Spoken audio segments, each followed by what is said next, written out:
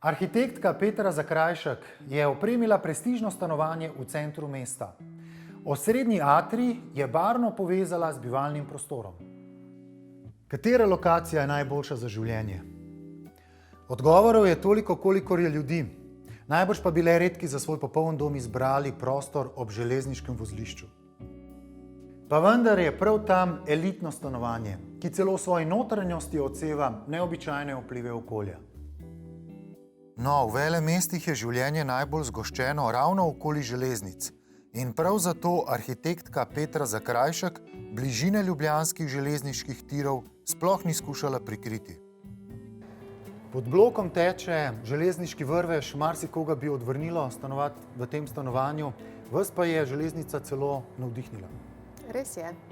Meni je železnica in ti pisani vagoni en tak čudovit kontrast med to moderno zgradbo in pa temi barvami in vlaki, ki vozijo mimo in so tako zelo nepredvidljivi, tako da nekaj fascinantnega, ja.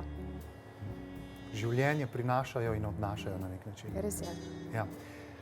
Sva v drugem nadstropju, atrij, na nek način razkošje, pa kljub temu imam občutek neke zaprtosti, ne?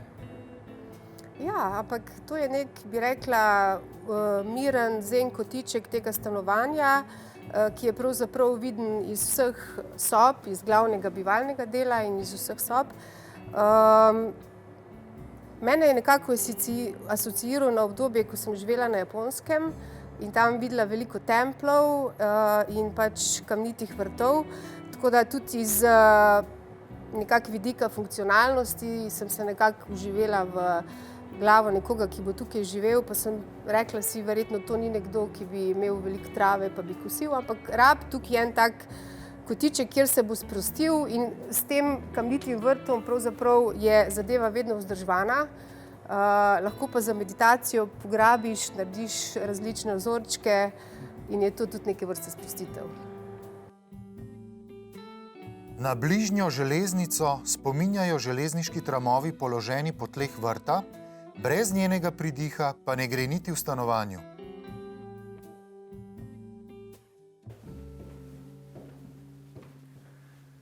Ja, z te točke se pogled odpre skozi celotno stanovanje. Ja, mi smo nekako z nekim industrijskim pristopom in nekim občutkom lofta že od vhodnih vrat stanovanje odprli do konca.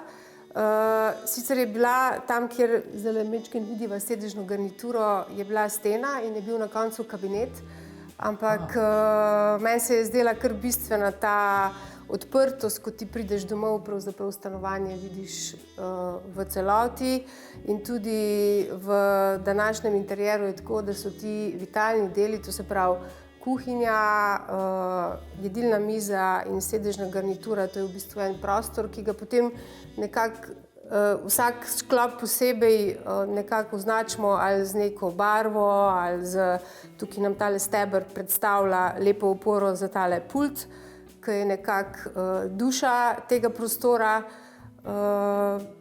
Omenili ste industrijski prijem. Kaj to točno pomeni?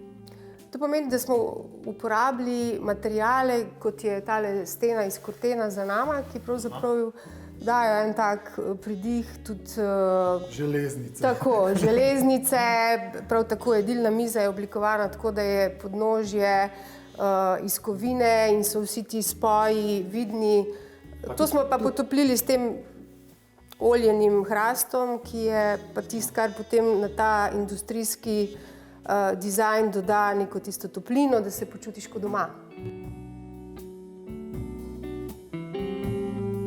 Občutek domačnosti dajajo tudi keramični izdelki Vesne Vidrih in okrasni dodatki Vesne Javornik.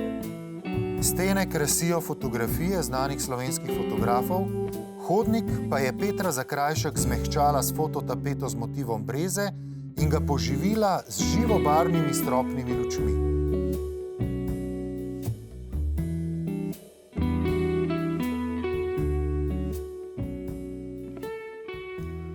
Se nahajava v mladinski sobi in v bolj intimnem delu stanovanja, ki smo ga nekako umirili z povezovalnim hodnikom.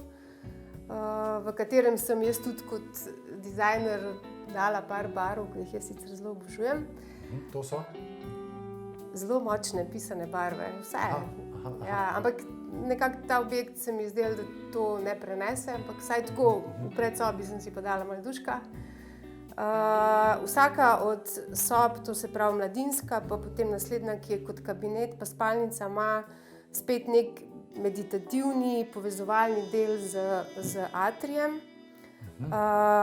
Tale lupinca je tako namenjena, da se njo usedeš, lahko poskusite. Ja, saj kaj pa čem drugega, ko mislim čakal tole povabilo. Je posebej ojačana, tako da ni nobene skrbi. Jaz sem lahkoten, čeprav mogoče ne zgleda tako krepak fant, ampak lahko. Tako, zdaj pa še eno knjigo in to je to. In potem pogled v atrij, tako da to je tukaj ta sprostilni element.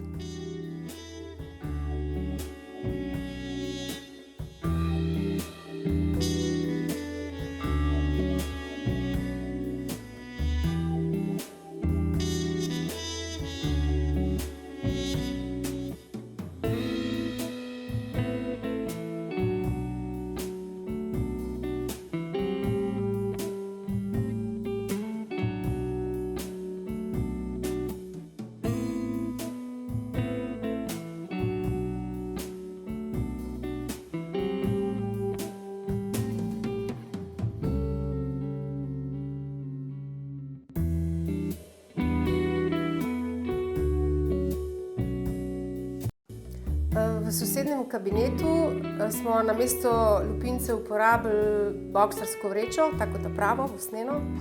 Veste, da sem bil jaz ta prav bokser? Ja. Ja, res, mislim, da smo imeli na akademiji en semester boks. Super. V spalnici smo pa nekako za pomiritev na steno po motivu moje zelo ljube japonske umetnice Toko Kishinoda tudi naredili en tak čist japonski motiv, tako da to deluje kot nekaj sproščujočega, kar nas potem zopet poveze z vrtom. Vrt, center stanovanja. Na nek način vse gravitira na atrij. Vsi prostori pravzaprav se galerijsko nizajo okoli njega, tako da to mislim, da je izjemna kvaliteta tega stanovanja, poleg seveda visokih stropov, vrhunskih materialov, tako.